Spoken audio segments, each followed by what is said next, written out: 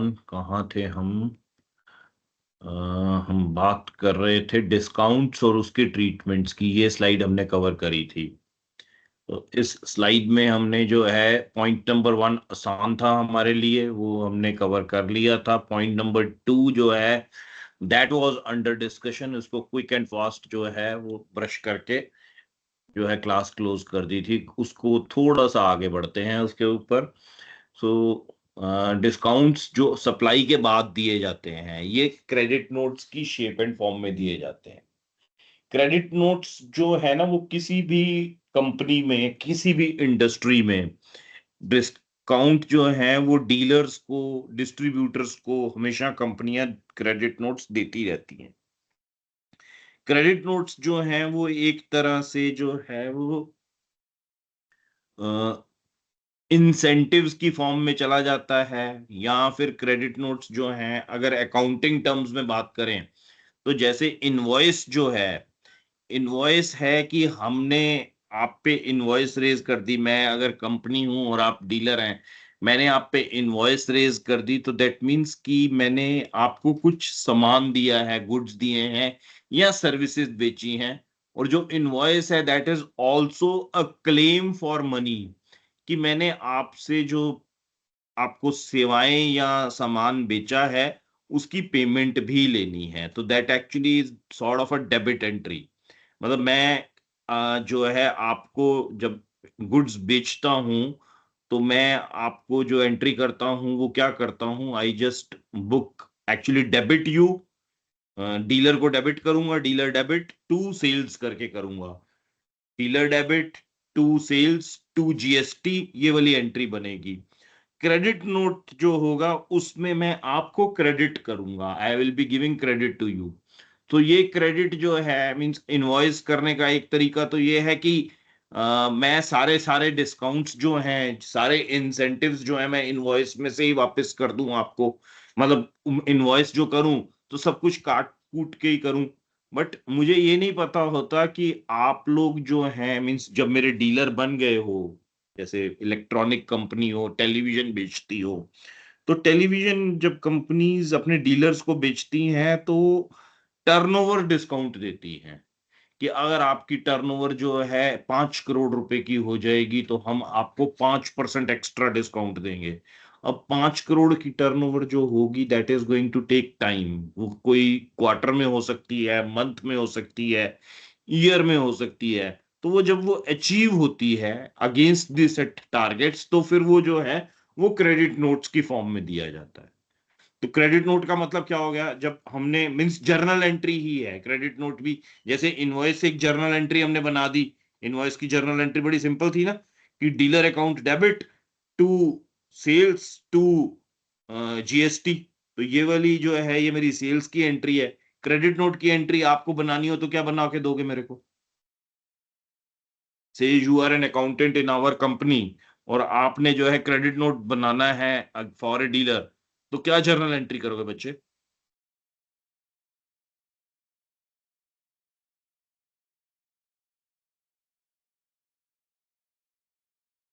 Hello,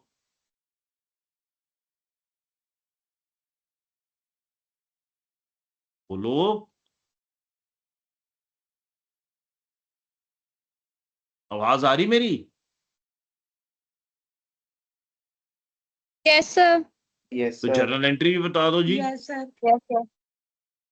cell की entry clear है? अगर सेल की एंट्री समझ में आ गई तो क्रेडिट नोट की एंट्री जो होगी that is going to be कि डीलर क्रेडिट होगा। अब आप जो है दे क्या रहे हो, अगर कोई डिस्काउंट दे रहे हो तो डिस्काउंट ऑब्लिक इंसेंटिव डेबिट, उसको डिस्काउंट को डेबिट कर दूंगा कि डिस्काउंट दिया है जी मैंने, तो डिस्काउंट डेबिट हो जाएगा या इंसेंटिव डेबिट हो जाएगा। और साथ में जो है जीएसटी भी डेबिट कर दूंगा, कि debit GST debit to credit उठा के सारा का सारा जो है वो डीलर को दे दूंगा टू डीलर, ये एंट्री हो जाएगी। Is this clear? तो क्रेडिट नोट की एंट्री क्या है? Now this credit note can go basically कि आप कोई इंसेंटिव या डिस्काउंट दे रहे हो उस वजह से जा सकता है। कोई इनवॉइस आपने गलती बना दी थी, ओवर प्राइस चार्ज कर लिया था, मींस प्राइस जो है वो था एक आइटम का, मींस आप जो है डीलर है पैराशूट नारियल तेल में, और पैराशूट नारियल तेल की जो एक स्टॉक कीपिंग यूनिट है वो 50 रुपए की आती है, तो आपने उसके गलती से जो है वो 55 रुपए चार्ज कर लिए थे। अब 55 रुपए की इनवॉइस बन के चली गई है, डीलर की दुकान पे पहुंच गई, उसने देखा ये इस पे तो 55 रुपए चार्ज है, उसने आपको फोन करा, आपने कहा माल रख ले, मैं तेरे को 5 रुपए का क्रेडिट नोट बना के देता हूँ, तो आप उसका 5 रुपए की रिवर्सल ऑफ सेल का क्रेडिट नोट बना के दे दोगे। So credit note means sales invoice जो है that is a sort of debit note, और जो आपका क्रेडिट नोट है that is reversal of sales की एंट्री, मीन्स उतना सेल्स अमाउंट जो है वो रिवर्स कर रहे हो, that can be by reversing the sales account itself, or that can be by giving the discount account, means आप डिस्काउंट अकाउंट को डेबिट करके भी उसे कर सकते हो, या सेल्स अकाउंट डेबिट हो जाएगा, सेल्स नहीं तो सेल्स रिटर्न अकाउंट डेबिट हो जाएगा, और दूसरी तरफ जो है वो या फिर आप डिस्काउंट अकाउंट को डेबिट कर दोगे। जब भी आप डिस्काउंट अकाउंट डेबिट करोगे या सेल्स रिटर्न डेबिट करोगे या सेल्स को ही डेबिट करोगे, तो साथ में एक पोर्शन डेबिट का आप जीएसटी का भी करोगे।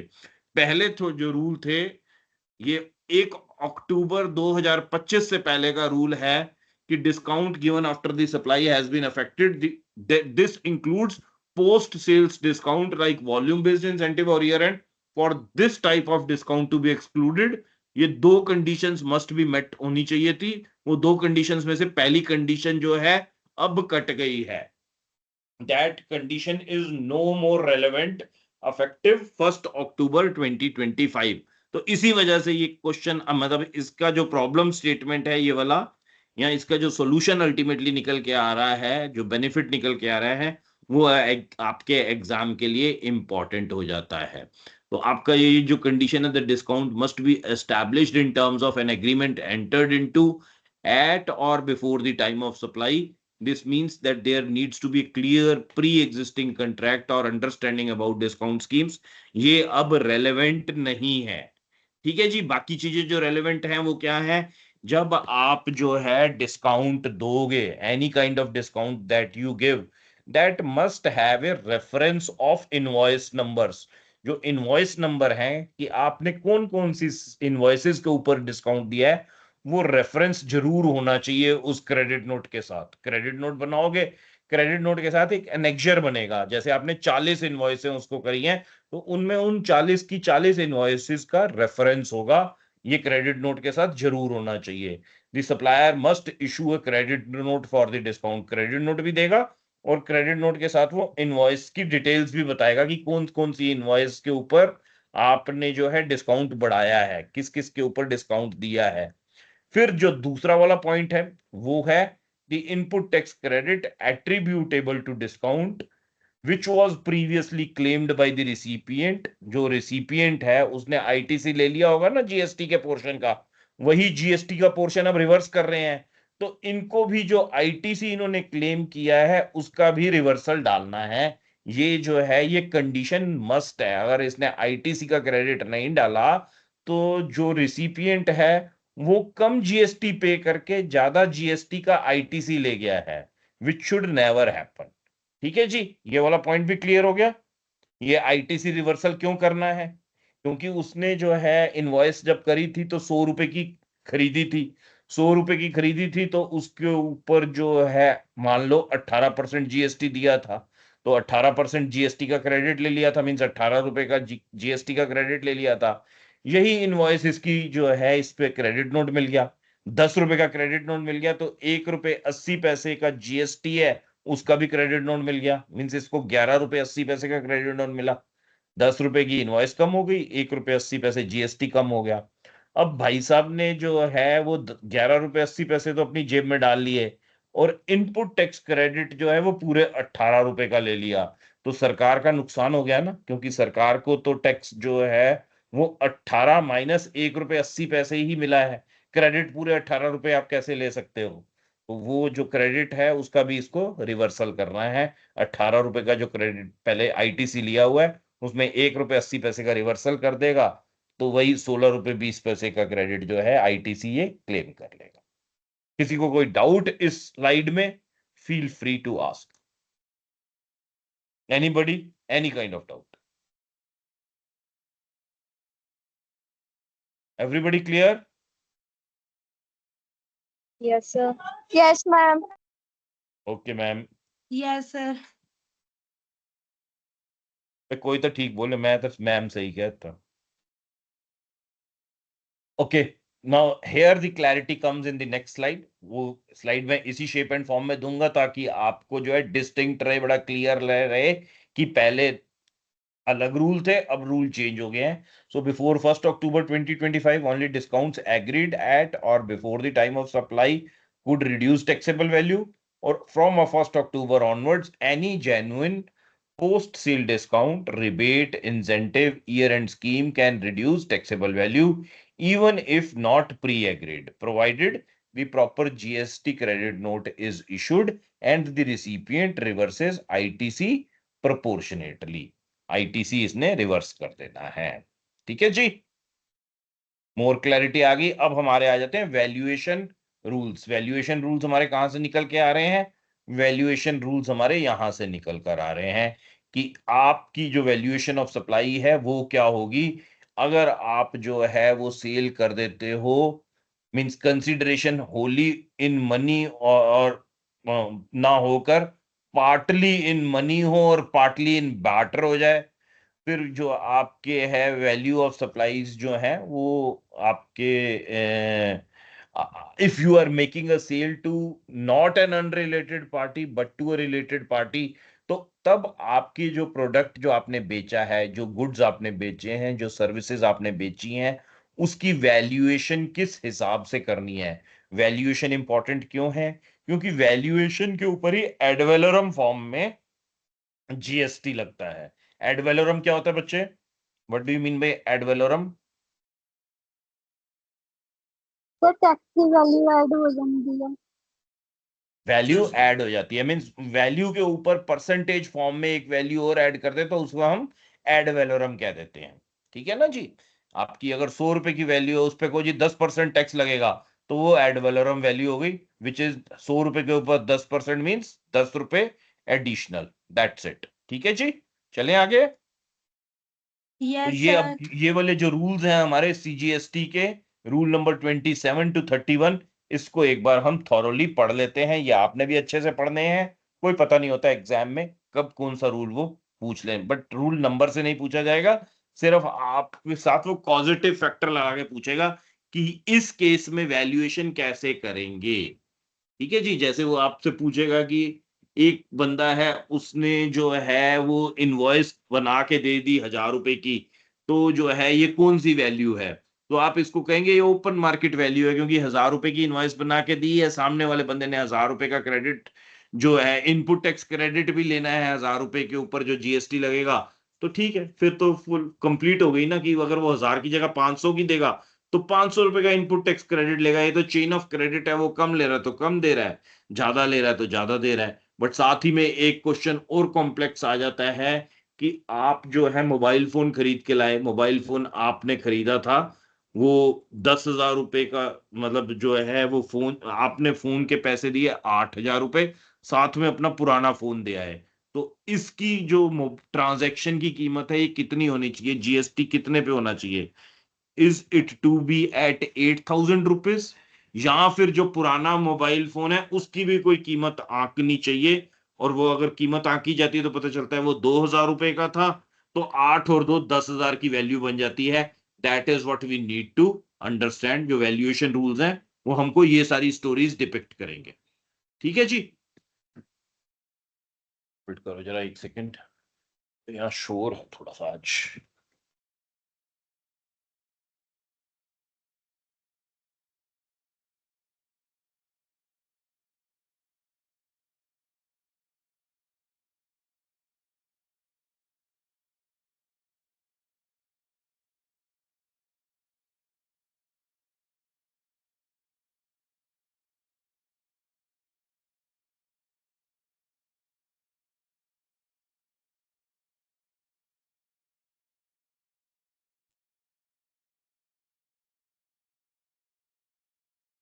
So rule number 27 comes into play when the consideration of for a supply is not entirely in money. Money के अलावा भी consideration जो है वो flow हो रही है। तो मनी के अलावा फ्लो जो होती है वो इन बार्टर फॉर्म होती है। आप कोई गुड्स दे सकते हैं या किसी शेप एंड फॉर्म में सर्विसेज दे सकते हैं in order to buy a product or a service. In such case the value of the supply is determined in the following order. तो आप ये हायरार्की फॉलो करोगे, पहले सबसे पहले आप ओपन मार्केट वैल्यू निकालने की कोशिश करोगे, फिर नहीं होगा तो आप फिर सेकंड फॉर्म पे आ जाओगे। तो ओपन मार्केट वैल्यू क्या है, जैसे मैंने आपको अभी बताया, this is the primary method. The open market value is the full price excluding taxes that a buyer would pay in a transaction where both the supplier and recipient are unrelated and the price is the sole consideration. Means आपका देखा जाएगा कि आप same product जो है, जैसे आप अगर मोबाइल फोन बेचते हैं तो आप same mobile phone unrelated buyers को किस रेट पे बेच रहे हो। अनरिलेटेड बायर्स की सेल निकालनी कोई मुश्किल नहीं है, आपकी बिल बुक देखी जाएगी, आपने जिस रेट के ऊपर 15 या 20 या 50 फोन, मान लीजिए आपने टोटल 50 फोन बेचे हैं, मेजोरिटी जिस रेट पे बेचे होंगे that is basically your open market value. आपने 47, 46, 45 ऑलमोस्ट सेम रेट के बेचे होंगे। एक या दो फोन हो सकता है आपने रिलेटिवली सस्ते बेचे हों, तो जो सस्ते बेचे होंगे वो ओपन मार्केट वैल्यू नहीं मानी जाएगी। जिस रेट पे आपने मैक्सिमम फोन बेचे होंगे that will be your open market value. Like wise for each and everything, means खाली फोन ही नहीं, फोन छोड़ो, कंप्यूटर्स की बात कर लो, माउस की बात कर लो, आप जो है हेडफोन्स की बात कर लो, आप जो है कॉपी किताबों की बात कर लो, हर चीज की एक ही बात होती है।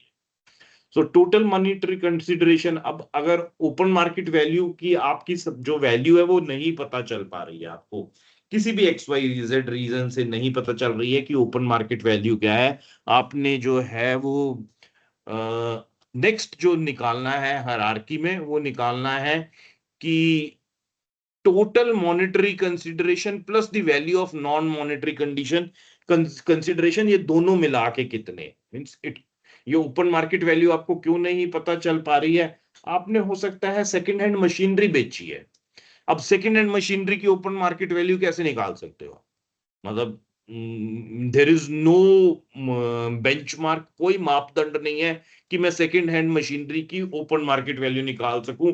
मैंने खुद ही हो सकता है 5 या 6 साल में एक बार बेची हो, ना पहले कभी बेची थी और अगली बार पता नहीं कब बेचूंगा, तो ओपन मार्केट वैल्यू निकालनी बड़ी मुश्किल हो गई। तो यहां पर जो है मैं वही बात करूंगा कि इसके लिए मैंने मनी कंसिडरेशन कितनी ली, और साथ में अगर कुछ नॉन मॉनेटरी कंसिडरेशन ली है तो वो कितनी ली है। if the open market value isn't it available, you would require calculate the total value as the sum of monetary part of the transaction and the monetary equivalent of the non monetary part। तो जो आपका non monetary consideration है उसकी आप equivalent value निकलवाओगे। वो निकलवाओगे कैसे, उसकी भी ओपन मार्केट वैल्यू से निकाल सकते हो कि भाई ये ओपन मार्केट में कितने की बिकती है। अगर वो नहीं पता चल पा रहा है आपको कि वो ओपन मार्केट में कितने की बिकती है, तो आप जो है किसी वैल्यूअर से, जो चार्टर्ड इंजीनियर होते हैं, चार्टर्ड अकाउंटेंट्स होते हैं, ये वैल्यूअर का काम भी करते हैं, उस वैल्यूअर से निकलवा लोगे कि भाई इसकी कीमत कितनी है, अगर वो मोटी वैल्यू का एसेट है जो आपने लिया है। अगर छोटी मोटी का है तो जीएसटी वाले जो है इतना परेशान करते भी नहीं है। This actually gets stuck here, ये टोटल मॉनेटरी कंसिडरेशन जो है ये रूल्स में ही रह जाती है जब तक कि वैल्यू इन्वॉल्व जो है वो लाखों करोड़ों रुपए में नहीं होती है।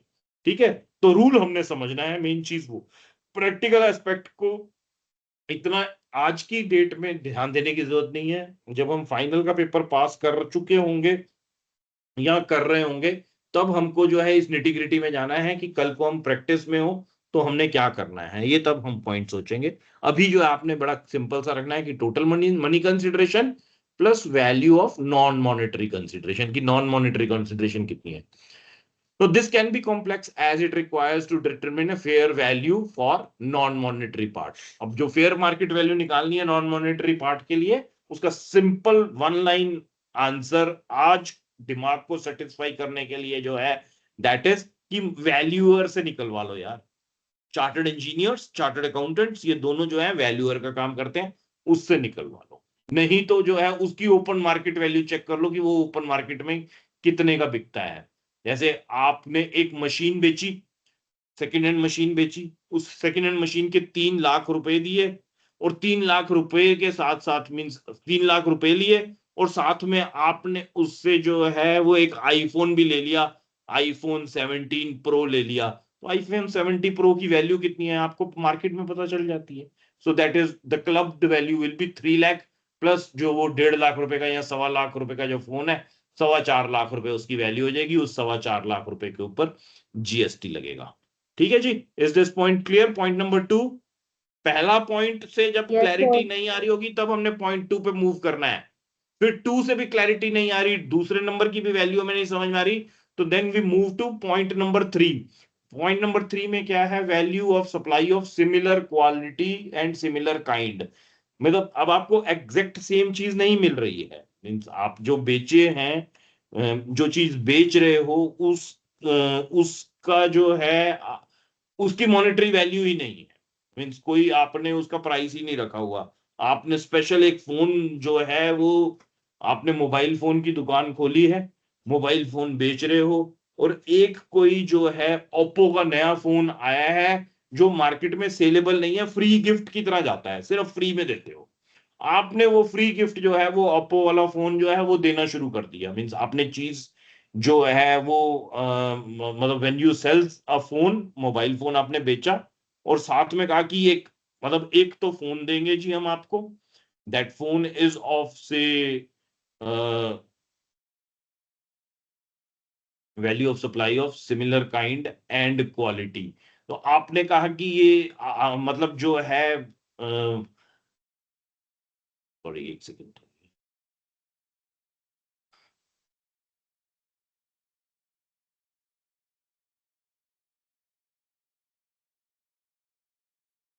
आपने एक जो है वो फोन बेचा जिसके आपने जो है वो 30,000 रुपीज चार्ज किए हैं, 30,000 रुपए का आपने फोन बेचा, तो उसकी वैल्यू जो है वो सिंपली 30,000 रुपीज होगी, उसके ऊपर 30,000 रुपए के ऊपर जो जीएसटी लगेगा। बट आपने 30,000 रुपए का जो फोन दिया है उसके साथ आपने एक और नया फोन दे दिया जो प्रोमो में लॉन्च हुआ था, जो है उसका कोई प्राइस जो है वो ओप्पो ने बताया नहीं था। ओप्पो नेवर टोल्ड कि इसका कोई प्राइस है अलग से। आपने वो ओप्पो का फोन जो है that also was given to your customer, आपने अपने कस्टमर को जो है वो ओप्पो का फोन भी दे दिया साथ में। अब जो है इसकी वैल्यू क्या होगी that needs to be determined, means it's it it it sorry it comes like इस एग्जाम्पल को जो है ये जो value of similar kind and quality है इसको बनाते हैं कि आपने एक फोन दिया that was priced at rupees, या एक काम करता हूं मैं इस थर्ड वाली पे जो है 2 मिनट सोच के फिर बताता हूं आपको। In the mean time I come on to ये थर्ड वाला छोड़ के जो है मैं सीधा फोर्थ वाले पर आ रहा हूं। I will phrase this example, ये जो value of similar kind and quality है, I come back to this in a moment. Fourth वाला जो है आपने कोई वैल्यूएशन नहीं बन पा रही है in between seller and the buyer. Seller और बायर जो है वो कोई आपका जो प्राइस है उसके ऊपर समझ नहीं आ रहा कि किस प्राइस पे जीएसटी चार्ज होना चाहिए। आपने जो है उसको जब यहां पर ये वैल्यूएशन नहीं बन पा रही है, ना फर्स्ट से बनी ना सेकंड से बनी, थर्ड में अभी समझा ही नहीं पाया आपको, इन तीनों में से किसी पे भी वैल्यूएशन नहीं बन पा रही है, हम फोर्थ पे मूव कर जाएंगे। मैंने जिस रेट की कॉस्टिंग करी हुई है, जिस जैसे मैंने मशीन बेची, आपको मैंने मशीन बेची और उस मशीन को बनाने के लिए मेरे 1 लाख रुपए खर्च आया है, मेरी कॉस्टिंग जो है वो 1 लाख रुपए आई है। तो इस मशीन की वैल्यूएशन रूल 27(4) के हिसाब से, मींस रूल 30 के हिसाब से, ये वैल्यूएशन अंडर रूल 27 जो है इस रूल 30 के हिसाब से जो है that will be basically 110% of cost of production. तो मतलब मेरे जो आपको 1 लाख रुपए का सामान मेरे को बनाने में पैसे लगे हैं, उसको मैं आपको 1,10,000 रुपए की ट्रांजेक्शन दिखाऊंगा कि बिक गई, मींस जीएसटी डिपार्टमेंट जो है वो रूल 30 को पकड़कर इस ट्रांजेक्शन को सीधा सीधा 1,10,000 रुपए की मान लेगा, जब वो पहले 3 रूल्स को अप्लाई करने में जो है वो सक्षम नहीं होगा है। It will not be possible for them कि वो पहले 3 रूल्स में से कोई एक रूल भी अप्लाई कर सके, तो वो चौथे पे मूव कर जाएगा और कॉस्ट बेस्ड वैल्यूएशन कर देगा। If all other method fail the value is determined based on the cost of the supply. ठीक है जी, इज दिस पॉइंट क्लियर? ये चौथा वाला।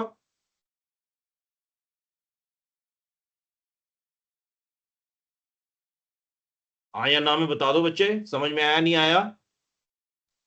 Yes sir. Yes sir. पहला वाला भी समझ में आ गया, दूसरा वाला भी समझ में आ गया, चौथा वाला भी समझ में आ गया। Yes sir. अब जो है नेक्स्ट आ जाता है, मींस आप अगर जो है पहले 4 के 4 मेथड्स अप्लाई नहीं कर पा रहे हैं, तब जो है जीएसटी कहता है कि भाई तुम कोई रीजनेबल सा मेथड अपने आप से सोच के लगा लो as a last resort. If none of the above rules can be applied, the value can be determined using reasonable means consistent with the principles and general provisions of section 15 of the GST act. जो GST act का section 15 है उसके हिसाब से consistent होना चाहिए, उसके against नहीं होना चाहिए। आप कोई सोच समझ के मेथड अपने आप लगा लो तो हम जो है आप पे कर देंगे। जैसे आपने जो है एक कार बेची, अब कार जो है आपने कहा कि कार जो है जी मैंने 50,000 रुपए में बेच दी है। अब 50,000 रुपए is not the open market value of the supply. GST department आप ही को कह रहा है, आपने कार बेची थी, 50,000 रुपए के ऊपर जीएसटी बना के आपने जमा करा दिया था, ये लो जी 50,000 की कार बेची है, इसके ऊपर 50,000 रुपए का जीएसटी बनता है, ये हम जमा करा देते हैं। तो अब आपसे जो है वो पूछा जा रहा है कि भाई ये 50,000 रुपए तो गलत है, इसकी ओपन मार्केट वैल्यू तो ज्यादा बनती है। कह रहे आप प्रूव करो। आप जीएसटी ऑफिसर आप बन चुके हो मगर आप प्रूव नहीं कर सकते कि पुरानी कार की वैल्यू 50,000 होनी चाहिए या 60,000 होनी चाहिए या 1 लाख होनी चाहिए। आप आगे आ जाते हो कि बता भाई तूने इसके साथ मतलब क्या 50,000 रुपए की कार बेची है, इसके साथ कुछ और भी लिया था? कह रहा नहीं मैं तो कुछ नहीं लिया, मैं तो खाली 50,000 रुपए लिए हैं, ये देख ये चेक। अब ऊपर से अलग से क्या लिया है क्या नहीं लिया, sitting in your office as a GST officer आप प्रूव थोड़ा ना कर सकते हो कि 50,000 रुपए भी लिए थे और साथ में एक मोबाइल फोन भी ले लिया था तूने, वो तो कहीं ट्रांजेक्शन में दिख ही नहीं रहा। तो वो इन दोनों को ही रूल आउट कर देता है कि हटा यार मुझे नहीं चाहिए ये वाला। अब वो कहता है कि भाई तू मतलब कोई सिमिलर काइंड की ट्रांजेक्शन तेरी देखते हैं और कोई कार इसी टाइप्स की बिक रही हो। अब वो सिमिलर टाइप्स की कार कहाँ कोई देख सकता है? How is it possible? वो अगर 3 देखेंगे तो तीनों की वैल्यू अलग अलग निकलेगी, तो वो 50,000 का ये तीसरा रूल भी खत्म हो गया। कॉस्टिंग कार की होती ही नहीं, हमने तो सेकेंड हैंड बेची है। अब रेजिडुअल मेथड में वो कहता है कि तू यार इसको ना लॉजिकली प्रूव कर कि ये 50,000 रुपए की ही बनती थी। अब आपने लॉजिकली प्रूव करने के लिए क्या करा कि भाई साहब ये कार मैंने जो है आज से 10 साल पहले खरीदी थी। 10 साल पहले खरीदने के बाद जो है मैंने इसे अपने बिजनेस में यूज करा था। बिजनेस में यूज करा था तो ये देखिए 10 साल पहले जब मैंने ये कार खरीदी थी, दैट वाज परचेज्ड फॉर से 5 लाख रुपीज, तो 5 लाख रुपए की ये एंट्री है मेरी बुक्स ऑफ अकाउंट्स में। उसके ऊपर डेप्रीसिएशन में हर साल इसके ऊपर इतने परसेंटेज से करता आ रहा हूं। आज जो है इसकी रिटर्न डाउन वैल्यू जो है इट वॉज एट 48,000, 48,000 रुपए की रिटर्न डाउन वैल्यू हो चुकी थी। इसको मैंने 2,000 रुपए मुनाफा लेके बेच दिया है, उस 2,000 रुपए के ऊपर मैंने इनकम टैक्स भी दिया है।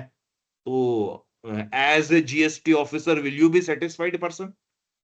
Yes I will be. कि आपने एक तरीका दिखा दिया जो बिल्कुल साइंटिफिक है, आपने जो है कंपनी अकाउंट्स बनाए हुए हैं या आपने इनकम टैक्स अकाउंट्स बनाए हुए हैं, उसके बेसिस पे आपने बड़ा क्लियर दिखा दिया कि ऐसे ऐसे डेप्रीसिएशन ली है हमने, इतनी डेप्रीसिएशन लेने के बाद इस गाड़ी की रिटर्न डाउन वैल्यू इतनी बन गई। उस रिटर्न डाउन वैल्यू के आसपास की सेल हो गई, वो 50,000 की ना होके अगर वो 45,000 की हुई होती, वो 40,000 रुपए की भी हुई होती, तो भी जो है this would have appear to be a very reasonable transaction in the books of accounts. की हाँ जी जिसकी कीमत ही 48,000 मेरी अकाउंटिंग बुक्स के हिसाब से रह गई थी, वो अगर 40,000 की बिक जाए या 50,000 की बिक जाए, तो दैट मीन्स कि वो जो है रेजिडुअल मेथड फॉलो हुआ है, it is a fair transaction, कोई दिक्कत नहीं।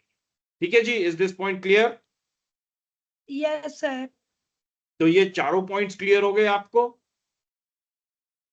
ठीक है ना जी। Yes sir. अब जो यस है सर। ये value of supply of similar kind पर आ जाते हैं, जो एग्जांपल मैं बनाना चाह रहा था मेरे दिमाग में सही से स्ट्राइक कर गया है। आप एक स्टूडेंट हो बच्चे, आपको जो है मोबाइल फोन लेना है। मोबाइल फोन जिस पर आपका दिल आया है, जो आपको अच्छा लग रहा है, वो आता है 14,000 रुपए का, 14,000 रुपीज का फोन है। आप दुकान पे गए, आप देख रहे थे 14,000 रुपीज का फोन बढ़िया सा आता है, बट आपके पॉकेट में जो है वो कुल मिला के 11,000 रुपए ही हैं, जो है कि बस 11,000 रुपए से ऊपर का फोन नहीं ले सकता मैं, मेरे पास पैसे ही इतने हैं। मतलब स्टाइपेंड मिला है, कुछ पापा से लिए हैं, कुछ मम्मी से लिए हैं, ये मिला के 11,000 रुपए बनाकर लेकर पहुंचा हूं दुकान पे कि फोन लेना है। बट फोन जो पसंद आ रहा है वो 14,000 वाला आ रहा है पसंद आपको। अब आपको दुकानदार ने कहा कि यार ओप्पो का फोन जो तुम्हें पसंद आया है, मेरे पास एक ओप्पो का ही और फोन आया है which is basically a promo phone. उसका जो है मार्केट में कोई प्राइस नहीं है, बट ये देखिए ये फोन है, this is the type of phone. वो फोन आपको दिखा देता है कि ये है, आप उसको हाथ में पकड़ते हो, जो लुक एंड फील आपको चाहिए, जो एग्जैक्ट लुक एंड फील चाहिए, जो सा आपने ओप्पो का मॉडल सोचा हुआ था, सेम लुक एंड फील दे रहा है। दी ओनली थिंग इज कि वो वाला फोन जो है वो 14,000 का है, और क्योंकि इसका कोई प्राइस नहीं है मार्केट में, तो ये जो है इसने तो ये फोन फ्री में देना है किसी आइटम के साथ। हो सकता है ये फोन इसने लैपटॉप के साथ फ्री में देना हो सकता है ये फोन इसने जो है किसी म्यूजिक सिस्टम के साथ फ्री में देना हो। तो वो फ्री वाला फोन आपको ये 11,000 रुपए में ऑफर कर देता है कि मैं आपको 11,000 रुपए में दे देता हूं। अब जब जीएसटी डिपार्टमेंट को ये बताएगा कि ये फोन मैंने 11,000 रुपए में बेचा, तो ये ओपन मार्केट वैल्यू डिक्लेयर नहीं हो पाएगी इस फोन की, क्योंकि ओपन मार्केट वैल्यू तो है ही नहीं इस फोन की। ये फोन तो मार्केट में बिकाऊ ही नहीं था जो इसने 11,000 रुपए में आपको दे दिया। आप 11,000 रुपए में खरीद के अपने घर चले गए, you are a satisfied customer. आप जो है 3 महीने से इस्तेमाल कर रहे हो, जो आपका दोस्त सेम फोन ओप्पो का लेकर आया है 14,000 का, all the features, all the efficiencies of that phone वो आपको 11,000 रुपए में अवेलेबल है। Total money consideration plus non monetary consideration, आपने कोई नॉन मॉनिटरी कंसिडरेशन इसे दी ही नहीं है। आपको इसके घर ट्यूशन नहीं पढ़ाने गए, आप जो है कि कुछ एडिशनल इसको नहीं दिया कि ले भाई इस बार हमारी फसल अच्छी हुई है तो ये ले 50 किलो गेहूं तू ले ले, ऐसा कुछ नहीं किया आपने। आपने खाली वो 11,000 रुपए दिए हैं, तो ये सेकंड रूल भी खत्म हो गया। थर्ड रूल क्या था कि सिमिलर काइंड एंड क्वालिटी वाला प्रोडक्ट जो है वो कितने में बिकता है। वो सिमिलर काइंड एंड क्वालिटी वाला प्रोडक्ट वही हो गया जो आपके दोस्त ने 14,000 रुपए में खरीदा है। उसको पकड़ के बैठ गए दुकानदार को कि भाई तूने 11,000 रुपए पे जीएसटी नहीं देना है, तूने 14,000 रुपए पे जीएसटी देना है। क्यों? क्योंकि सिमिलर काइंड कैसे निकाला कि भाई इसकी स्क्रीन कितने की साइज की है, कि जी वो उसी फोन के साइज की है। इसकी जो है क्या कहते हैं मेमोरी कितनी है, कि इसकी मेमोरी इतनी है। इसमें रैम कितना है, कि जी इसमें 8 GB रैम है, उसमें भी 8 GB रैम है। तो मीन्स सारी फीलिंग तो वही है। इसकी स्क्रीन साइज जो है वो निकाल ली वही है, इसकी रैम उतनी है, इसकी मेमोरी इतनी है। और जो फोन में चीज होती है कि इसमें प्रोसेसर कौन सा लगा हुआ है, जी सेम प्रोसेसर लगा हुआ है जो उसमें है। तो when everything is same, everything is similar, तो फिर भाई प्राइस भी वही माना जाएगा। तू 11 में बेच, तू 8 में बेच, तू 4 में बेच, but we will be valuing this supply at similar kind and quality of product. ठीक है जी, is this point clear? Yes sir. So this is the Yes, sir. Hierarchy that you are going to follow. ये hierarchy follow करनी है बच्चे आपने, 1 2 3, फिर cost based और फिर रेजिडुअल मेथड। ये जो है वैल्यूएशन जब आप करोगे तब ये हली हिरार्की फॉलो करते चलो। तो ये नंबर भी, ये सीक्वेंस याद रखनी है। एक तो अपन कि open market value, total monetary consideration plus non monetary consideration, फिर तीसरी जो है valuation of supply of similar kind and quality, फिर कॉस्ट बेस्ड वैल्यूएशन, और पांचवा जो है वो रेजिडुअल मेथड, 30 और 31 वाला जो। ठीक है जी, इसको अलग अलग रूल्स भी बनाए गए हैं। ये 27 क्या कर रहा मैंने, करे तो हो जाएगा।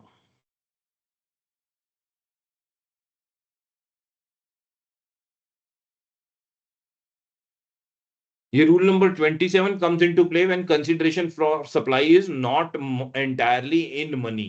जब वो ट्रांजैक्शन जो है आपने प्योर मनी में नहीं दिया है, और चीजें फॉलो करी हैं, तो और चीजें साथ में डाली हैं, तो आप इस हायरार्की को फॉलो करोगे।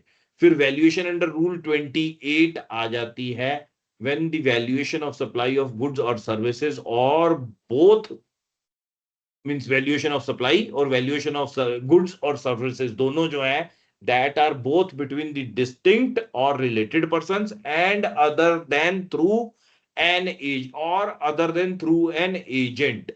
मीन्स आपकी जो है ट्रांजैक्शन जो है वो या तो डिस्टिंक्ट पर्सन के साथ है या रिलेटेड पर्सन के साथ है। रिलेटेड पर्सन में आपने एक एजेंट वाला हिस्सा जो है वो छोड़ देना है। आपका प्रिंसिपल और एजेंट भी रिलेटेड होता है ना, तो उसको वो क्लियरली रूल नंबर 28 में बता रहा है कि इसको साइड में रख दो, क्योंकि इसको मैं जो है समझूंगा रूल नंबर 29 के साथ। Means when it is going to be transaction between the principal and the agent, it will be dealt through rule number 29। तो रूल नंबर 28 जो है वो बाकी सारे रिलेटेड पर्संस जो हैं उसकी बात कर रहा है, प्रिंसिपल एंड एजेंट को छोड़ के। Is this clear? Rule number 28 क्या है? Yes, sir. Distinct person Yes, क्या sir. होता है? What is distinct person?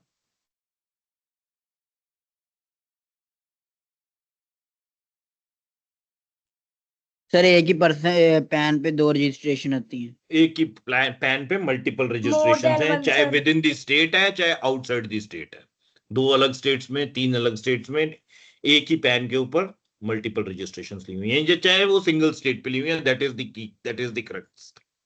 States का कोई फर्क नहीं पड़ता है। Now, this refers to a person with more than one GST registration in different states, or a person with multiple registration within the same states for different business verticals. Related persons कौन से होंगे? As defined in explanation to section 15 of the CGST Act, these include individuals who are officers or directors of one another's business, legal partners, employers and employee, etc. ठीक है जी। Even जो आपकी family है, they are also known as related person. यहां पर etcetera कह के मैंने जान छुड़ा ली है, अदरवाइज फैमिली भी होती है, वो रिलेटेड पर्सन ही होते हैं। The valuation for supplies between these parties is determined in this specific order. Order बच्चे वही रहना है जो पीछे पढ़ कर आए हैं। Open market value, no need to explain, clear है बिल्कुल अपने आप में। ठीक है जी। ओपन मार्केट वैल्यू के बाद वैल्यू ऑफ नेक्स्ट जो आ जाएगा वो value of supply of similar kind and quality आ जाएगा इसमें। अब वो जो था, क्योंकि वो पिछला वाला जो था वो सेमी बार्टर वाला पॉइंट था ना, रूल नंबर 27 था, तो वहां वो सेमी बार्टर को पकड़ के बैठा हुआ था। यहां अब सेमी बार्टर उसने हटाई दिया है। 28 में हिरार्की जो फॉलो होनी है, ओएमवी, ओएमवी के बाद valuation of similar kind and quality, तीसरी कॉस्ट बेस्ड वैल्यूएशन, चौथी residual method. Cost based valuation इसमें बहुत इंपॉर्टेंट हो जाती है, क्योंकि जब आपकी एक होल्डिंग कंपनी सब्सिडरी कंपनी को या सब्सिडरी कंपनी होल्डिंग कंपनी को माल बेचती है, तो जनरली जो है ट्रांजैक्शन जो है वो कॉस्ट पे हो जाती है या उससे भी सस्ते पे हो जाती है। मींस 100 रुपए का प्रोडक्ट बनाया है, 100 की जगह 80 में बेच दिया, 60 में बेच दिया, या 100 के 100 में बेच दिया, प्रॉफिट नहीं लेते हैं। तो यहां पर वो कह रहा है कि भाई तू प्रॉफिट ले ना ले, मेरे को जीएसटी में तो जो है मेरा जीएसटी बढ़ा के प्रॉफिट कंसीडर करके ले। तो ये आर्म लेंथ प्राइस बनाने का तरीका है, कॉस्ट प्लस 10%। इंटरनेशनल ट्रेड्स में भी इसको हम फॉलो करते हैं कि 10% प्रॉफिट तो कम से कम रखेंगे, कहीं 10 रखते हैं, कहीं 15 रखते हैं। ठीक है जी। इंटरनेशनल प्राइसेस में भी 10 से 15% का प्रॉफिट हम रखते हैं अगर हमारी जो है वो रिलेटेड पार्टीज के अंदर ट्रांजैक्शन होती है। इनकम टैक्स रूल भी यही है, ट्रांसफर प्राइसिंग कहते हैं। तो ये ट्रांसफर प्राइसिंग का रूल हो गया, 10% जो है कॉस्ट के ऊपर बढ़ा के जीएसटी जमा कराना है। और रेजिडुअल मेथड अपने को समझ में आ ही गया है। जैसे भी कोई भी लॉजिकल मेथड में से एक एग्जांपल मैंने आपको जो है वो डेप्रिसिएशन वाला, रिटर्न डाउन वैल्यू वाला निकाल के दिया है। चलें आगे। Yes, sir. Yes, sir. अब यहां पर जो है ये वाला एक अंडरलाइन पॉइंट है जो बड़ा इंपॉर्टेंट हो जाता है। An important point two remember is that if the recipient is eligible for full input tax credit, means जो रिसिपिएंट है उसको जितने का भी वो खरीद रहा है उसके ऊपर फुल आईटीसी मिल रहा है। जितना जीएसटी उसने पे किया उसने सारे का 100% आईटीसी क्लेम करना है, उसको रिड्यूस्ड आईटीसी नहीं मिल रहा है। या ऐसा नहीं है कि वो आईटीसी क्लेम ही नहीं कर सकता, कुछ एक आइटम्स के ऊपर आपका ब्लॉक्ड आईटीसी होता है, आप आईटीसी क्लेम नहीं कर सकते।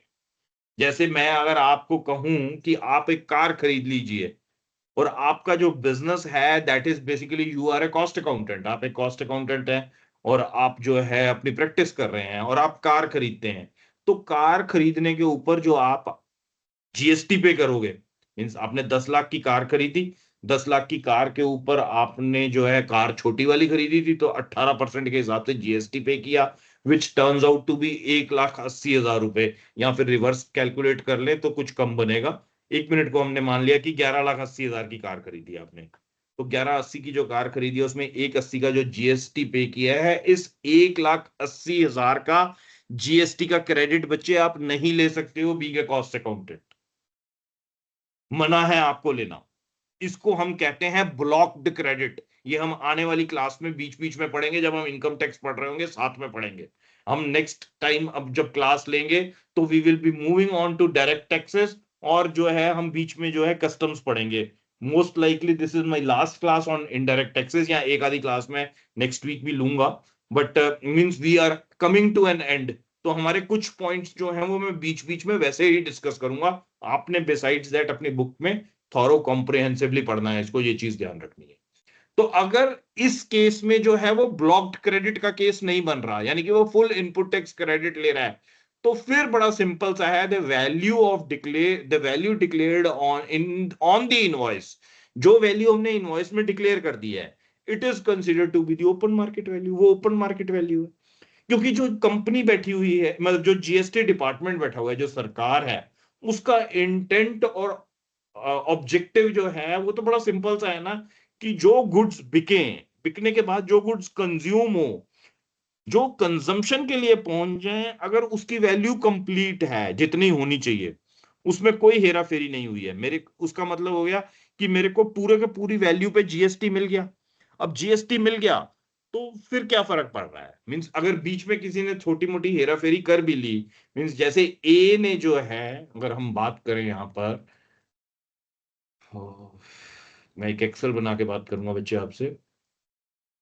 जैसे ए ने गुड्स बेचे बी को, ए सोल्ड टू बी, ए ने बेचे हैं ये गुड्स 1,000 रुपए को बी को, बी ने आगे ये गुड्स बेच दिए 3,000 रुपए के सी को, और जो 1,000 रुपए का इसने बेचा है गुड्स, मींस ये जो सेल वैल्यू करी है, इसके ऊपर जीएसटी लगा, 10% रखते हैं हम जीएसटी का रेट, क्योंकि हम सिर्फ समझ ही रहे हैं, तो इनटू 10% मींस 100 रुपए हो गया, और इसके ऊपर जो है इसने जो है 10% के हिसाब से हो गया 300 रुपए।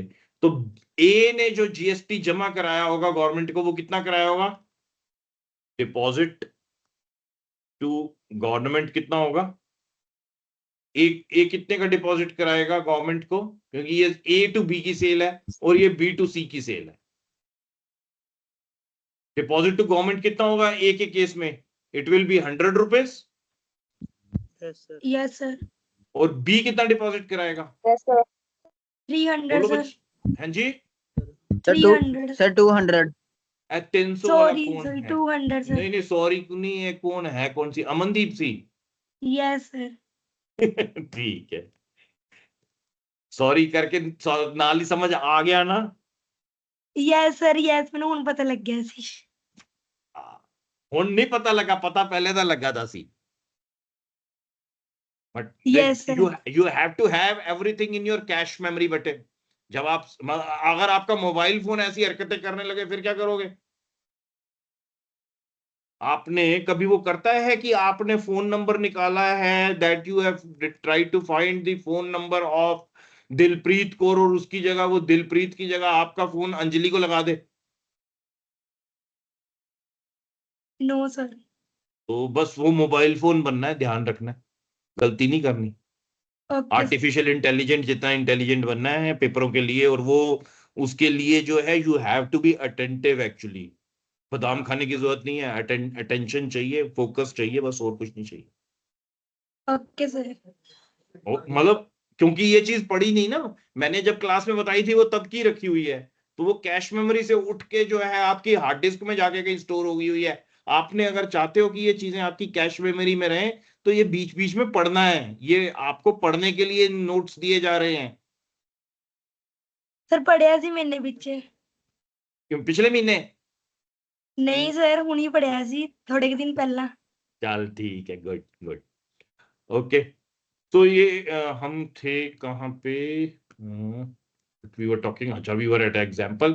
तो ये 100 और 200 का कंसेप्ट क्लियर हो गया। अब यहां पर जो है जब ए ने बी को ट्रांजैक्शन करी है, तो जीएसटी डिपार्टमेंट यहां पर इतना स्केप्टिकल नहीं है, मींस वो इतना ज्यादा परेशान नहीं हो रहा है अगर इनवॉइस के ऊपर आईटीसी जो है वो बी क्लेम कर रहा है। मींस इधर उसने 100 रुपए का जो है जीएसटी दिया, मींस इसने 1100 रुपए जो है ये बी ने ए को दिए है ना बच्चे, ये बी ने ए को दिए और इसमें से 100 रुपए सरकार को इसने जमा करा दिए, और बी ने 100 रुपए का जो है वो आईटीसी क्लेम कर लिया। इस आईटीसी की वजह से ही उसने टैक्स नेक्स्ट जो है वो 200 रुपए जमा कराया है। तो सरकार ने जो है, जो जीएसटी डिपार्टमेंट है, उसने इसलिए इतना परेशान नहीं होना, इसको चुपचाप से 1000 रुपए को उसने मंजूरी दे दी है कि हाँ जी ठीक है, ये जो आपकी ट्रांजैक्शन है ये ओपन मार्केट वैल्यू है, क्योंकि 100 रुपए का पूरा इनपुट टैक्स क्रेडिट जो है वो बी क्लेम करने जा रहा है। अगर 100 रुपए का input tax credit B claim नहीं कर रहा होता, क्यों नहीं कर रहा होता, ब्लॉक्ड क्रेडिट है जी, क्लेम कर ही नहीं सकते, फिर जो है इस इनवॉइस के बेसिस पे भी वो चैलेंज कर सकता था कि दिस इज नॉट ओएमवी, ये ओपन मार्केट वैल्यू नहीं है। बट अगर इनपुट टैक्स क्रेडिट 100% क्लेम हो रहा है बाय द बायर, तो कभी भी ओएमवी को चैलेंज किया ही नहीं जाएगा। This is the entire thing that this point wants to convey. An important point to remember is that if the recipient is eligible for full input tax credit, the value declared on the invoice is considered the OMV. ये point जो है इसको highlight करके याद कर लेना है। कई बार ये ऑब्जेक्टिव टाइप क्वेश्चंस में आपसे इतना ही पूछ लेंगे और 2 नंबर मुफ्त में दे देंगे। ठीक है जी, चलें आगे। 2 नंबर 40 में से 5% होते हैं, ध्यान रखना। The next thing that is there जो है that is basically for an agent when the sale is being done in between the principal and the agent. It is not the sale, sorry, it is supply that we are talking. हम बात कर रहे हैं supply की। Supply is taking place from principal to an agent. तो rule number 29 जो है इसको डिफाइन करेगा। इसकी भी जो है वो the rule is specifically for cases where principal supplies goods through an agent or receive goods through an agent. The rule provides a very specific hierarchy. यहां पर भी जो है ये hierarchy फॉलो होनी है बच्चे, ध्यान रखना।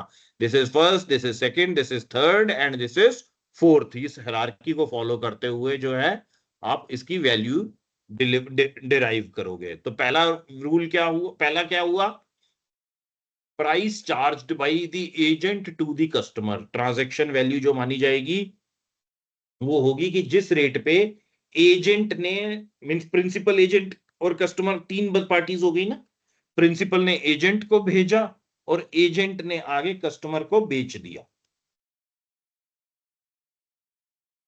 तो जो प्रिंसिपल से एजेंट के बीच में ट्रांसफर मानी जाएगी वो मानी जाएगी उसी प्राइस पे जिस पे जो है एजेंट ने कस्टमर को बेचा है।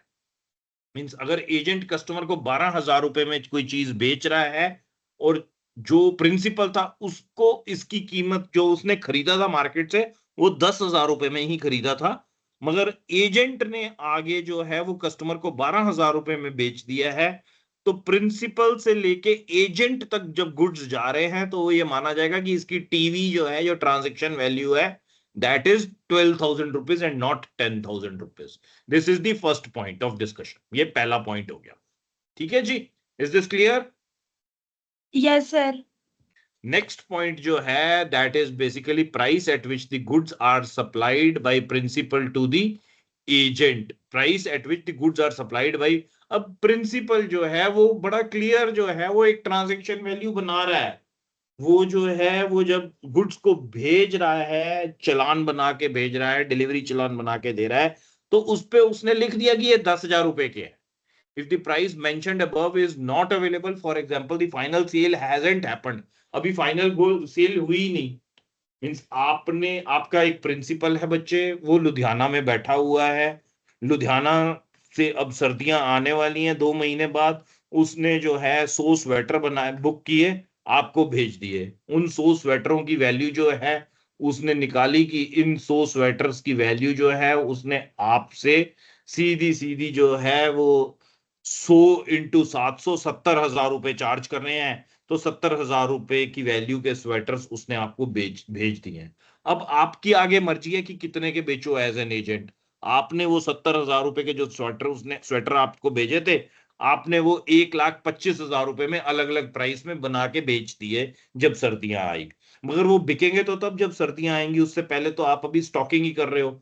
जब आप स्टॉकिंग कर रहे हो तो उस पॉइंट ऑफ टाइम पे if the price mentioned above is not available, means ये वाला जो 12,000 का प्राइस है ये तो अभी अवेलेबल ही नहीं है, तो फिर जो वैल्यू है जो आपकी इस केस में बनेगी, the value can be considered the price at which the principal supplied the goods to the agent. तो आपको जो उसने 70,000 लिख के भेजा है वही वैल्यू मानी जाएगी, उसी के ऊपर जो है आप जो है जीएसटी जो है आपका प्रिंसिपल जो है वो जमा करा देगा कि हाँ जी 70,000 रुपए की ट्रांजेक्शन हो गई, इसके ऊपर जो जीएसटी है 70,000 इंटू 5% अगर बनता है तो 70,000 इंटू 5% करके जो 3,500 रुपए है तो उसका जीएसटी जमा करा देगा। Is it clear? पहली कोशिश है कि जिस रेट पे कस्टमर को बेच दिया वो, बट अभी अगर कस्टमर को बेचा ही नहीं है तो जो transaction value in between principal and the agent है वो transaction value. If neither of the above is available, means ये पता ही नहीं है जी, कोई है ही नहीं, then the value is determined by the open market value of the goods और सर्विसेज। फिर ओएमवी पे आ जाते हैं। अब मतलब ओएमवी भी तभी हो पाएगी ना जब आपका ये बिकेगा, अदरवाइज तो आपकी ओएमवी, या फिर ओएमवी आप निकाल लीजिए कि सेम टाइप्स के स्वेटर है कितने का बिकता है, उसके ऊपर जीएसटी जमा करा दीजिए, इसमें ओएमवी थर्ड हो गई। Means if it is between the principal and the agent तो OMV becomes third in chronology. चौथी जो है वो कॉस्ट बेस्ड है, कॉस्ट प्लस 10%। 70,000 रुपए की पता चला कि एजेंट ने जो है वो सामान खरीदा ही 70,000 रुपए में था, तो अब 70 का ना होके ट्रांजेक्शन जो है आपको 77,000 रुपए की दिखेगी कि 77,000 के हिसाब से जीएसटी जमा कर रहे। So these are the 4 chronological order of rules under rule 29। ठीक है जी, मतलब हर एक में रूल 30 और 31 तो लगता ही है, इसमें उसने 31 की बात नहीं करी है, यहां पर रूल नंबर 30 पे ही रह गया। 27 में भी रूल नंबर 30 31 लग रहे थे, 28 में भी 30 31 लग रहे थे, बट 29 में they are talking up to rule 30 only. Now the next thing that is there, अच्छा इसमें अब कंटिन्यू करेंगे, इसमें मतलब इसमें भी रुके नहीं है, इसमें जो है there is another option. While the rule number 29 primarily values supplies between a principal and agent based on the price charged to the final customer, जो पहला पॉइंट है वही प्राइमरी रूल है। It provides an alternative method to prevent valuation issues. अगर valuation में issues आ रहे हैं तो वो ऑल्टरनेटिव बता रहा है। The rule states that if the open market value isn't available, the value of the good supplied through an agent, मतलब अब ओएमवी मिल ही नहीं रही है तो उस केस में क्या करना है, the price at which the goods are supplied to the final customer. जो भी आपका फाइनल कस्टमर को जिस हिसाब से बेच रहे हैं वही प्राइस हो गया। घूम फिर के वही दोबारा से पकड़ लिया कान, मींस ऐसे नहीं पकड़ा, थोड़ा सा घुमा के ऐसे करके पकड़ के बैठ गए हैं, पकड़ा वही है उसने कि फाइनल कस्टमर को जिस रेट पे बेचा है। यहां पर साथ में एक उसने और का क्लॉज डाल दिया है, मींस आप एज ए कॉस्ट अकाउंटेंट अपने क्लाइंट्स को इस क्लॉज को पढ़ के बचाओगे कि यही रूल नहीं है भाई साहब, आप जब बैठोगे अपनी अथॉरिटीज के साथ आप कहोगे ये भी है, और at the option of the supplier 90% of the price charged for supply of goods of like kind and quality by the recipient to their unrelated customers. जिस रेट पे वो अपने अनरिलेटेड कस्टमर्स को माल बेचता है उसका 90% भी प्राइस कंसिडर करेगा, उसका 90% ही प्राइस कंसिडर करेगा।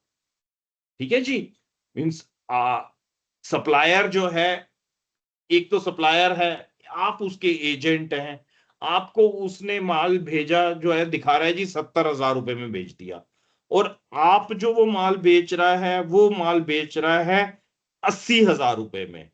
80,000 रुपए वाला माल जो है वो उसका 90% क्या हो गया, 72,000 हो गया, तो 70 की जगह उसे 72,000 रुपए पे जीएसटी जमा कराना पड़ेगा एज पर दिस रूल, क्योंकि वो अपने अनरिलेटेड कस्टमर्स को 80,000 में बेच रहा है। 80,000 का 90% प्राइस जो है वो कंसीडर करना है। These are some simple rules बेटे, इस पे दिमाग पे ज्यादा बोझ नहीं डालना है, समझ आ जाए बहुत अच्छा, नहीं तो आगे बढ़ जाना।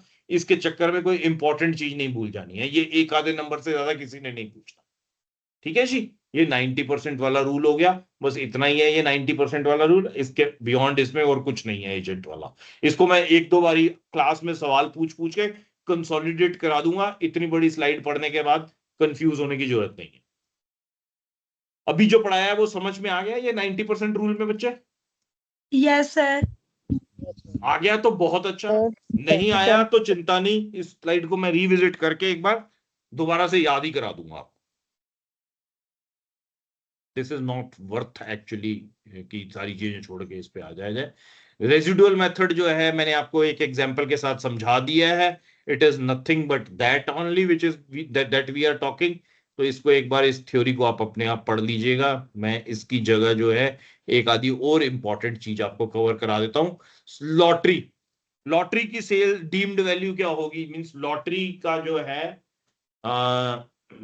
जो जीएसटी है, लॉटरी के ऊपर जीएसटी का रेट जो है बेटा 40% हो गया है।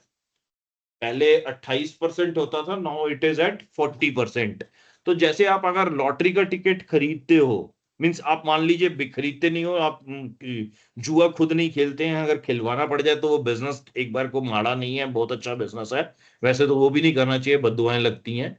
बट एक मिनट को दोनों में से अगर कुछ करना ही हो तो लॉटरी कभी जीवन में खेलना नहीं, खिलवा जितना मर्जी लेना, अगर कोई बंदूक रखी दे सिर पे तो आपने अगर एक टिकट जो है लॉटरी का मान लीजिए 140 रुपए का बेचा है, उसकी जो वैल्यू है लॉटरी की 140 रुपए की है, तो जो लॉटरी की टिकट की कीमत मानी जाएगी जिसके ऊपर जीएसटी लगना है वो 100/140 के रूल से निकलेगी। मींस 140 रुपए की लॉटरी है, मल्टीप्लाइड बाई 100 डिवाइडेड बाई 140, क्या वैल्यू आ गई? 100 रुपए। 100 रुपए के ऊपर 40% जीएसटी लगेगा तो टिकट की कीमत हो गई अब 140 रुपए। आप 140 रुपए की लॉटरी की टिकट बेच दोगे। जो 140 रुपए आपने एज ए वेंडर कलेक्ट किए हैं उसमें से 40 रुपए जीएसटी के जमा कर दोगे। बस ये डीम्ड वैल्यू ऑफ लॉटरी जो है that is determined under rule 31A2 वो ऐसे निकाली जाती है। जो भी जिस भी रेट पे लॉटरी बेची जाएगी, अब वो लॉटरी जो है मींस जो उसकी फेस वैल्यू टिकट के ऊपर लॉटरी का प्राइस लिखा होता है, तो जो भी होगा वो उसको 100/140 करके वो तो लॉटरी की कीमत निकल आई, और 40/140 जो है वो जीएसटी आ गया, उसी की साथ मल्टीप्लाई कर लेंगे तो वो 40% जो है अपने जीएसटी के जमा करा देते हैं। अब इसमें जो डीम्ड वैल्यू ऑफ लॉटरी है दैट शैल बी, ये रूल याद करने के लिए ये रूल भी इंपॉर्टेंट है, it shall be higher of the following. एक तो 100/140 of face value of ticket, और 100/140 of price as notified in the official gazette by the organising state. अब ऑर्गेनाइजिंग स्टेट जो है, जैसे सिक्किम लॉटरी होती है, पंजाब लॉटरी होती है, पंजाब में तो शायद लॉटरी बैन है, सिक्किम लॉटरी, मणिपाल लॉटरी, इस टाइप्स की लॉटरी होती है। मणिपाल वाली लॉटरी जो है वो सिक्किम वाली साइड ही, मींस नॉर्थ ईस्टर्न साइड ही निकलती है, नॉर्थ ईस्ट में लॉटरीज चलती हैं। तो वो साथ में अपने ऑफिशियल गैजेट में इस लॉटरी का एक प्राइस भी बताते हैं। जैसे 140 रुपए वाली लॉटरी है, हो सकता है उसका ऑफिशियल प्राइस 120 रुपए ही हो, मगर हमने जो जीएसटी जमा कराना है वो हायर ऑफ द फॉलोइंग पे है, 100/140 ऑफ फेस वैल्यू, या फिर 100/140 ऑफ ऑफिशियल गैजेट में जो नोटिफाइड प्राइस है। अगर वो नोटिफाइड प्राइस ज्यादा होगा 140 से तो 100/140 उसका निकालेंगे। Is it clear?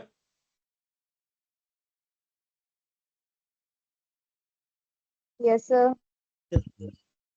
पॉइंट समझ में आ गया अच्छी तरह से, या डाउट कोई किसी तरह का?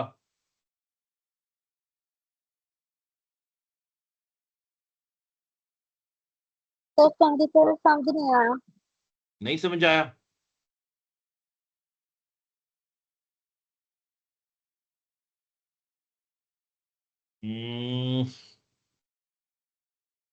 यस सर किसने बोला था जैसे समझ में आ गया है? किसी को आया समझ में, किसी को भी नहीं आया? तो सेकंड पॉइंट चंडीगढ़ समझ नहीं आया। सेकंड पॉइंट नहीं समझ में आया, छोड़ दो, कोई बात नहीं। फेस वैल्यू समझ में आ गई है? लॉटरी की टिकट के ऊपर एक प्राइस होता है। लॉटरी की टिकट देखी है कभी किसी ने? Yes sir. होती है, पंजाब में लॉटरी होती है। Yes sir. Yes sir. Yes sir. तो पंजाब में जो लॉटरी होती होगी वो पंजाब स्टेट ही निकालती होगी। ठीक है। तो पंजाब स्टेट जब लॉटरी निकालती है तो वो अपने गैजेट में ना एक उसका ऑफिशियल प्राइस भी रखती है कि ये लॉटरी की टिकट का प्राइस जो है वो इतना है। जैसे 100 रुपए की लॉटरी है तो 100 रुपए की जो प्राइस है लॉटरी का वो 70 रुपए, 80 रुपए, 90 रुपए कुछ हो सकता है। वो थेरेटिकली अगर हम बात करें तो वो 120 रुपए भी हो सकता है कि हम 20 रुपए के डिस्काउंट पे लॉटरी बेचेंगे। तो अब जो है अगर उसका प्राइस 120 रुपए है तो जो जीएसटी जमा कराना है वो जमा कराना है, मतलब लॉटरी की जो असली कीमत है, जो मर्चेंडाइज्ड वैल्यू है लॉटरी की, दैट विल बी 100/140 इंटू 120। और बाकी जो है आपका जो 120 रुपए माइनस जो ये वैल्यू निकली, दैट इज योर जीएसटी। अब एक मिनट इसको जो है मैथमेटिकली समझ लो कि आपकी लॉटरी जो है वो जो आपका गैजेट प्राइस है, एक एक प्राइस है गैजेट का प्राइस, जो ऑफिशियल गैजेट का प्राइस है, मींस सरकारी रेट है, दैट इज कि ये लॉटरी है जी ये 120 रुपए की है। अब इसका जो 120 है इसको हम कैसे निकालेंगे कि इसमें लॉटरी की कीमत कितनी है और जीएसटी कितना है, मींस लॉटरी वैल्यू एक कॉलम में निकाल लिया, जीएसटी जो है वो दूसरे कॉलम में निकाल लिया, क्योंकि 120 रुपए में बच्चे दोनों ही छुपे हुए हैं। तो एक लॉटरी वैल्यू निकालने के लिए हमने क्या करना है, 100/140 इंटू 120, जितने की ये लॉटरी थी। तो ये प्राइस निकल गया 85 रुपए 72 पैसे, या इसको जो है हम सीधा ये जो ये करके यूं करके ये 86 रुपए बन गई कि ये जी लॉटरी की कीमत तो 86 रुपए है। अब यहाँ इसको जो है वही पैसों के हिसाब से ही करना पड़ता है। तो ये लॉटरी की कीमत तो 85 रुपए 71 पैसे हो गई। बाकी जो है एक तरीका इसको करने का क्या हुआ, इस 85 रुपए 71 पैसे के ऊपर जीएसटी का क्या रेट है लॉटरी का बताया था मैंने आपको, 40%। 40%। तो 40% मैंने ये सीधा फॉर्मूला लगाया तो ये आ गया 34 रुपए 34 रुपए 29 पैसे।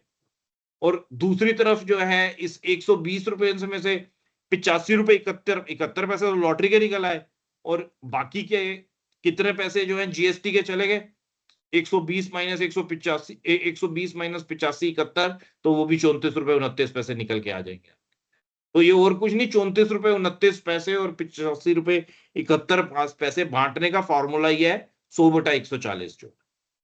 अब गजट में तो ये है, जो फेस वैल्यू है लॉटरी का, जो लॉटरी के ऊपर छपा हुआ है, दैट वैल्यू इज 100 रुपीज, वो 100 रुपए है। ठीक है जी। अब वो 100 रुपए है तो मीन मैं 100 रुपए इधर लिख देता हूं, एक मिनट को। और इसकी लॉटरी की वैल्यू कितनी हो जाएगी, अब लॉटरी की वैल्यू हो जाएगी 100/140 इंटू 100, तो ये आ गई 71 रुपए। अब यहां पर जो है हमने कंपेयर क्या करना है, ये दो वैल्यूज को कंपेयर करना है। इन दो वैल्यूज में से जोन सी भी हायर वैल्यू है, दैट इज कंसिडर्ड बेसिकली कि आपकी जो है वो कौन सी है, मींस यहां जो है this was the point that we were discussing. ये the deemed value of lottery shall be higher of the following. तो 100/140 ऑफ फेस वैल्यू या 100/140 ऑफ नोटिफाइड वैल्यू। तो इन दोनों में से हायर वैल्यू कौन सी नजर आ रही है आपको, 85 71 हायर है या 71 40 43 हायर है? 85 71। तो बस सर इस 85 हिसाब बढ़ से गई। ये जो हायर वैल्यू है, ये जीएसटी हमारा जो है वो इस हिसाब से निकल जाएगा, 34 रुपए 29 पैसे जीएसटी चला जाएगा और 85 रुपए 71 पैसे जो है वो मर्चेंडाइज वैल्यू चली जाएगी। अगर हायर जो है वो दूसरी तरफ होती तो फिर इस तरफ वाला चला जाता। इसमें जीएसटी अब रेट कितने, जीएसटी कितना है, 100 माइनस 71 43, 28 रुपए 57 पैसे जो है वो जीएसटी होता है इसमें। तो यहां पर जो है ये 85 71 का जो ये चला जाएगा और बाकी का जो है वो जीएसटी चला जाएगा, हायर ऑफ द टू। ठीक है जी, this is the point that I wanted to break for. आपके 34 रुपए 29 पैसे के जीएसटी जमा कराने।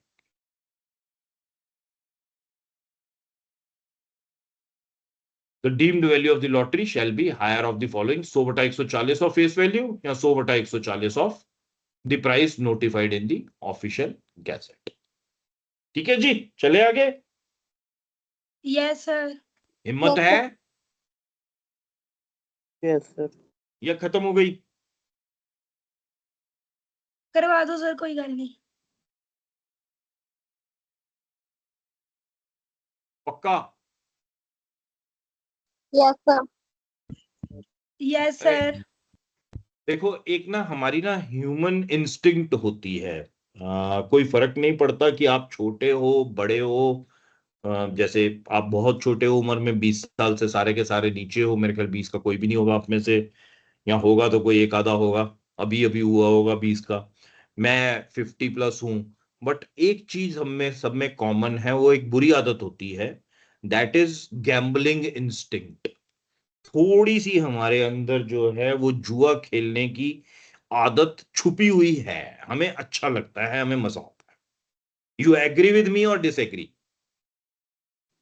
Yes sir. अमनदीप एग्री बोल सर। रही है, कितने खेल ली जुआ तू? या नो मैं सर, कुछ नहीं मैं नहीं बोलूंगा, खेलती। मेरी हाँ में लाओगे बस? है? Hello?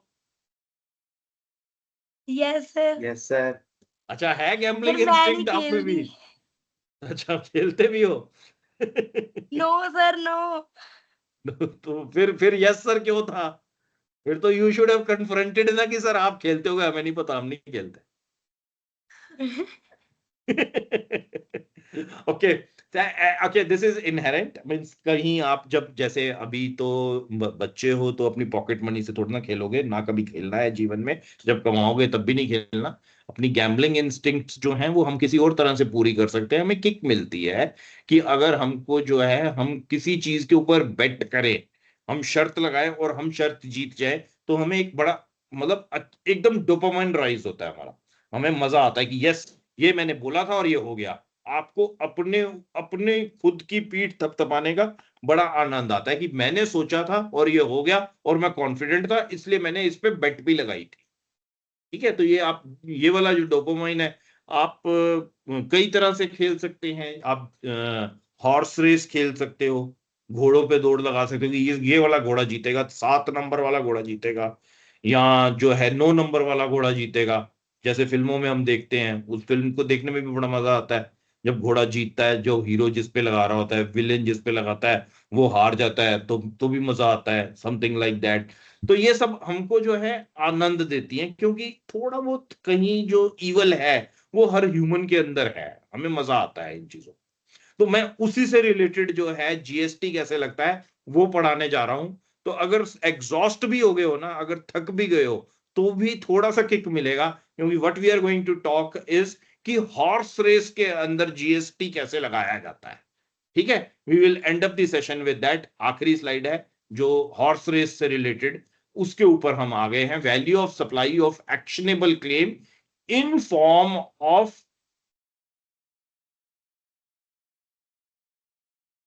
Chance to win in betting, gambling और horse race in a race club. तो मान के चलते हैं कि हम खाली हॉर्स रेस की बात कर रहे हैं, बाकी सब पे भी उसी तरह से लगता है। पहले हल्का सा पढ़ देता हूं, फिर इसको समझा देता हूं। For these supplies, the value is not determined by the amount of money a person might win. आप बच्चे, हो सकता है कि आप गए हॉर्स रेस में, आपने 1000 रुपए एक घोड़े पे लगाए। जब आपने 1000 रुपए घोड़े पे लगाए, तो आप, अगर पता चला कि रेस हुई थोड़ी देर बाद और उस रेस में आप जीत गए, जब आप 1000 रुपए लगाए हो एक घोड़े पे और अगर आप जीत जाते हो, तो आपको कितने पैसे मिलते हैं, कुछ अंदाजा है? Double sir. नहीं, डबल नहीं, कई बार 20 गुना भी मिल जाते हैं, 20 टाइम्स भी मिल जाते हैं। डिपेंड करता है घोड़े दौड़ कितने रहे हैं और आपका घोड़ा किस पॉइंट पर आया है और कितने लोगों ने किस घोड़े पे बेट करी हुई थी। बड़ी कॉम्प्लेक्स चीज है वो। तो अब हम मान के चलते हैं कि जिस घोड़े पे आपने शर्त लगाई है, उस घोड़े पे किसी ने शर्त लगाई ही नहीं हुई थी और वो आपका वाला घोड़ा ही जीत गया, तो आपको हो सकता है 100 गुना पैसे भी मिल जाए। मीन्स 1000 रुपए लगाए थे, आपको लाख रुपए भी मिल सकते हैं। तो ये एक अलग कॉम्प्लेक्स गेम है। उसको किसी दिन अलग समझेंगे, जिस दिन थोड़े से और बड़े हो जाओगे उस दिन समझेंगे कि ये जुआ किस की शेप एंड फॉर्म में होता है, इसमें प्रोबेबिलिटी आ जाती है साथ में। बट वो तब, जब आप लोगों की सबकी जिस जिस की तनख्वाह जो है वो 5-5 लाख रुपए हो जाएगी, वो उस दिन बैठ के समझेंगे। उस दिन मुझसे समझने की आपको जरूरत नहीं पड़ेगी, खुद ही कर लोगे, समझना हो तो सौखा काम है, कोई मुश्किल नहीं है। बट उससे पहले नहीं खेलेंगे, उससे पहले नहीं खेलेंगे। अगर ये तनख्वाह जो है 2030 तक 5 लाख हो जाती है तो एक बार कोशिश कराएंगे हॉर्स रेस में, अदरवाइज नहीं करेंगे। तो हॉर्स रेस में आपने पता चला कि जी 1 लाख रुपया जीता है। अब जो जीएसटी लगना है वो किस पे लगना है, उस विषय की बात कर रहे हैं, उस सब्जेक्ट की बात कर रहे हैं। तो आपको उस 1 लाख रुपए की जो विन वैल्यू आपको मिली है उस पे जीएसटी नहीं लगेगा। आपको जो जीएसटी देना है, जो 1,000 रुपए की बेट आपने लगाई है, सिर्फ उसके ऊपर जीएसटी चार्ज लगना है और कोई जीएसटी नहीं लगना। ठीक है जी, are you there with me? तो जितनी बेट लगेंगी, मींस क्योंकि खाली जीएसटी आप पे ही तो लगना नहीं है, 1,000 रुपए की बेट आपने लगाई है। हो सकता है किसी ने 5,000 लगाई हो, किसी ने 10,000 लगाई हो, किसी ने 50,000 लगाई हो, किसी ने 1 लाख लाई हो। जिस किसी ने जितनी बेट लगाई है उस सब के ऊपर जीएसटी चार्ज हो जाएगा। तो इसको क्या कहते हैं, here is a breakdown of what that means. The rules specifies that the value of supply is the total amount paid into totalizator or placed with the bookmaker by the person betting। एक तो book maker हो गया, इसको bookie भी कहते हैं, आपने सुना होगा। ये आईपीएल के मैच होते हैं तो आपके अड़ोस पड़ोस में, दुकानों में, ठेलों पे बुकी से बात हो गई तेरी, ये सारी बातें आपने सुनी होंगी। उसको इग्नोर मार देना, लाइफ में कभी बुकी वुकी के चक्कर में नहीं पड़ते हैं। बट उस बुकी कहां से वर्ड आया है, वो बुक मेकर से आया है, जो जुआ का अड्डा चला रहा है। और जितने पैसे इकट्ठे होते हैं उसको कहते हैं totalizator. The total amount paid into totalizator. वो टोटलाइजेटर में आपके पैसे इकट्ठे हो गए। तो शर्त जब लगी है तो कोई ना कोई तो जीतेगा, तो जो जीतेगा उसको टोटलाइजेटर के सारे पैसे डिवाइड होके मिल जाएंगे। जिसने जितनी जैसी शर्त लगाई होगी, टोटलाइजेटर से अमाउंट उसको पहुंच जाएगा। मगर टोटलाइजेटर में पैसे अपने आप कहीं से नहीं आए। टोटलाइजेटर में जो पैसे हैं, जितने लोगों ने शर्तें लगाई हैं, वो सब टोटलाइजेटर में पड़े हैं। तो जब शर्तें लगी हैं, उन सारी शर्तों के ऊपर जीएसटी आपने कलेक्ट कर लिया, तो कंप्लीट जो रिवार्ड देने हैं आपने, उसके ऊपर जीएसटी बाय डिफॉल्ट आ गया ना। जब शर्त लगी तभी आ गया था ना वो टोटलाइजेटर में पैसे, और उस टोटलाइजेटर के ऊपर जीएसटी हमने अलग से कलेक्ट करके सरकार को जमा करा दिया है। तो यही हमारा कंसेप्ट है। Here's a breakdown of what that means. टोटलाइजेटर क्या है? This is a system where all the bets are pooled together. सारी की सारी bets जो है वो टोटलाइजेटर में चली गई। The final odds and winnings are determined after total bets are known and a share is deducted for the operator। तो पता चला जैसे 10 लाख रुपए इकट्ठे हो गए टोटलाइजेटर में, एक घोड़े की रेस खेल रहे हैं। उस 10 लाख रुपए में से सबसे पहले जो 2 लाख रुपए हैं, वो तो जो हॉर्स रेस करवा रहा है, जिसके घोड़े हैं, जिसका रेस कोर्स है, वो 2 लाख रुपए अपने निकाल लेगा। अब कहेगा कि 8 लाख रुपए जो है वो मैं प्राइज मनी में बांट दूंगा। वो प्राइज मनी में कैसे बंटने हैं, वो घोड़ों के ऊपर डिपेंड करता है कि किसका घोड़ा जीता, किसके घोड़े पे कितने पैसे लगे हुए थे and all that. So bookmaker वो सब डिसाइड करेगा। दिस इज अ पर्सन और organisation that accepts bets on particular event with predetermined odds। Essentially, the taxable value is the total amount of the stake, not the potential winnings। winnings पे नहीं GST, GST is levied on this stake amount। जो पूरा 10 लाख है उसके ऊपर GST आ गया। किसने कितना जीता उससे कोई लेना देना नहीं है जीएसटी का। If a person places a bet of ₹1,000 on a horse race with a bookmaker, the taxable value of that supply is ₹1,000। Even if the person ends up winning a large sum of money, जैसे मैं कह रहा हूं लाख रुपए जीत गया, the GST is still calculated on that ₹1,000 stake only। This rule simplifies the valuation process for these activities, ensuring that tax is paid upfront on the amount risked by the player rather than the unpredictable amount which is the outcome of the bet। It also prevents the value from being inflated by winnings that might be paid out। तो means inflation का भी काम खत्म हो जाता है। means it prevents the value from being inflated by winnings that might be paid out। means जो winnings हैं उसकी वजह से वैल्यू ज्यादा तो कभी होती नहीं है, बट उस बड़े अमाउंट के ऊपर जीएसटी का जो नुकसान है वो विनर को नहीं भरना पड़ता। जिसने बेट लूज करी है वो जीएसटी वही पे कर गया। ठीक है जी। This is the crux of the story. इसको अब हम आगे जो है कंटिन्यू करेंगे थोड़ा सा, बट साथ में ही जो है we will now diversify to the other subject which is direct taxes. हम इनकम टैक्स साथ साथ पढ़ना शुरू कर देंगे, ठीक है जी। And the focus of income tax guys has to be, means मैं एक क्लास जो है इनडायरेक्ट टैक्स की चालू रखूंगा। इसमें वो सारे स्टूडेंट्स आते रहेंगे जिन्होंने पेपर जो है सोचा हुआ है, प्लान किया हुआ है जून में देना है। जिन स्टूडेंट्स ने मेरे साथ पेपर दिसंबर में देने की बात करी है कि हम दिसंबर में ही पेपर देंगे, उनके लिए वी विल एक्चुअली एक्सेलरेट। उसके लिए हम एक क्लास जो है इनडायरेक्ट टैक्स की चलती रहेगी, बट डायरेक्ट टैक्स की 2 या 3 क्लासेस हफ्ते में हम करा ही करेंगे। That will be under A small group. बाकियों को मैं स्मॉल ग्रुप में आने के लिए एनकरेज इसलिए नहीं कर रहा हूं क्योंकि this is basically a change session. इस साल जो पेपर आना है, जो पेपर इस जून में आना है, that is from the old syllabus जो आपका इनकम टैक्स एक्ट 1961 है। और जो पेपर दिसंबर में आएगा that will be from the new act which will be 2025। तो वो जो है वो 2 एक्ट ना पढ़ के बैठे, 2 बार कंफ्यूज ना हो, इसलिए वो पेपर जो है उसकी तैयारी जो है अपन जुलाई से ही शुरू करेंगे। That is clear. बट एक एडवांटेज रहेगा, जो पेपर जून में देने वाले हैं बच्चे, जो पेपर दिसंबर में देने वाले हैं, सॉरी मैं दिसंबर और जून में कंफ्यूज हो रहा हूं, मैंने उल्टा बोल दिया। दिसंबर में जो पेपर होना है that is under old syllabus, और अगले जून में जो पेपर होगा that will be under new syllabus. तो दिसंबर का पेपर में जो पास परसेंटेज होएगी दैट विल बी हायर। सो वो एक एडवांटेज मिलना है। आप अभी भी अपना मन बनाना है, बना लीजिए कि पेपर दिसंबर में ही देंगे। आपको दिसंबर में एक एडवांटेज और मिलता है, आपके पेपर कॉलेज के साथ क्लैश होने का कोई चांस नहीं होता, जो जून में थोड़ा बहुत होता है। तो ये 2 पॉइंट्स को कंसिडर करते हुए, if you want to switch on to December, we will be starting with direct taxes and we will try to finish maximum portion of the course also इस स्मॉल ग्रुप के अंदर जो हम बनाएंगे। मेरे ख्याल में 7-8 स्टूडेंट्स ही होंगे उसमें। Thank you. We meet over in the next classes in the next week. बाकी इस हफ्ते में नहीं हो। Thank you so much. Thank you, sir. Thank you, sir. Okay, thank you bye-bye. Sir.